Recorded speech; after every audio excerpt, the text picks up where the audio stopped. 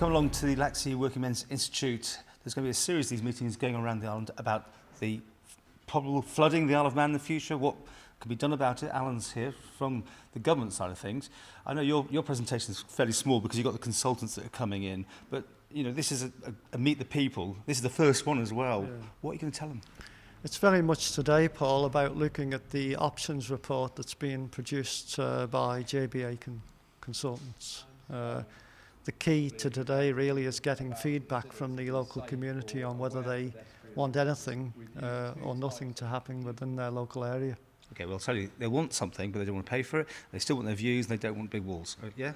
Yeah, but yeah, there's a variety of options. Like I say, you know, we've done some short-term solutions. Well, very much looking at the longer-term problem, what options there are longer-term, but you're quite right, you know, it has a financial impact. Over 30 million?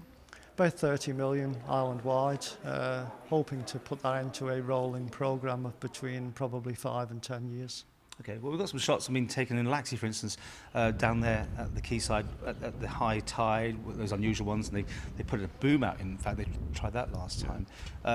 Still fairly unusual. I mean, it's not everyday occurrence, but you can plan them, and therefore you're ready for them these days, aren't you? Yeah, it is fairly unusual, and they are fairly infrequent, but one of the things JBA will be touching on in their presentation is the increased frequency and severity of these events moving forward. Yeah, there's always been these sort of massive storms. We've got pictures going back to the Victorian times showing the promenade in Douglas absolutely engulfed. So I mean, it's always been there, hasn't it? Yeah, it's always been there. Like I say, you know, looking at the climate change model that JBA will talk about, the problem is the frequency and the severity, you know, over the next 50 to 100 years. So we are very much planning for 50 to 100 years' time, not for the everyday problem. Okay. Now you're doing these little talks around the island, but not doing Douglas, are you? We're going to pick up other local authorities. This is the first, like you say, of a series of presentations. There will be follow-up meetings with other local authorities around the island.